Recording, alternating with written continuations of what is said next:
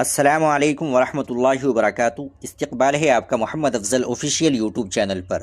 ناظرین کرام، دارالعلوم دیوبند سے ایک بڑی ہی خوشی کی خبر سامنے آ رہی ہے۔ جو طلباء دارالعلوم میں داخلے کے متمنی ہے وہ اس خبر کو ضرور سماعت فرمائے۔ عالمی شہرت یافتہ عظیم دینی درسگاہ دارالعلوم دیوبند کی مجلس شورا کا 2 روزہ اجلاس گزشتہ دیر شب چوتھی نشست کے بعد اختتام پذیر ہو گیا۔ اجلاس میں تعلیمی ترقی، انتظامی نظم و نسق، داخلی نظام میں بہتری اور آئندہ تعلیمی سال کی منصوبہ بندی سمیت متعدد اہم اور دور رس فیصلے کیے گئے، جن میں سب سے نمایاں فیصلہ یہ ہے کہ آئندہ تعلیمی سال سے دارالعلوم دیوبند میں داخلہ فارم آن لائن جمع کیے جائیں گے، جس کی تصدیق ادارے کے محتمم مفتی ابوالقاسم نعمانی نے کی ہے۔ حسب روایت مجلس شورا کا یہ اجلاس ہفتہ اور اتوار کو دارالعلوم دیوبند کے مہمان خانے میں منعقد ہوا، جس میں ادارے کی مجموعی تعمیر و ترقی، تعلیمی نظام، نظم و نسق اور داخلی پالیسی پر تفصیلی غور و خوض کیا گیا۔ اجلاس کے دوران اراکین شورا نے بدلتے تعلیمی حالات اور عصری تقاضوں کے پیش نظر داخلہ نظام کو سہل اور شفاف بنانے پر اتفاق کیا۔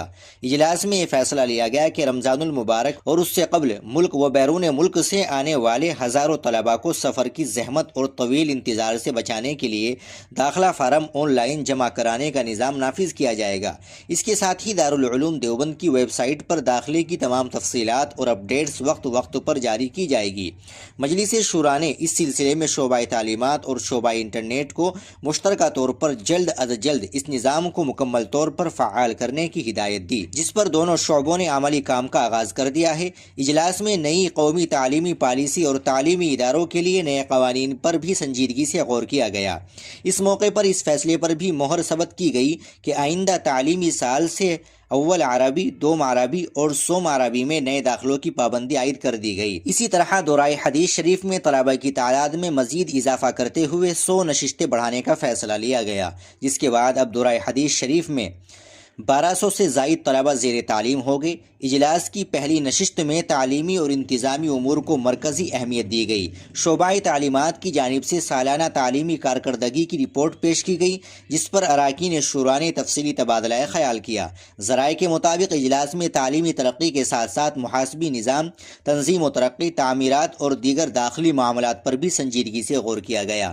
تمام اہم شعبوں کے نظاماء نے اپنے اپنے شعبوں کی رپورٹ پیش کی، جنہیں ضروری ترامیم کے بعد منظور کر لیا گیا۔ اس کے علاوہ بعض اندرونی مسائل پر بھی مجلس شورا نے مشاورت کے بعد فیصلے لیے اور کئی اہم امور کے لیے کمیٹی تشکیل دی گئی۔ اجلاس میں اس بات پر بھی اتفاق کیا گیا کہ دارالعلوم دیوبند میں طلباء کو مزید بہتر تعلیمی ماحول، سہولتیں اور نظم و ضبط فراہم کیے جائے۔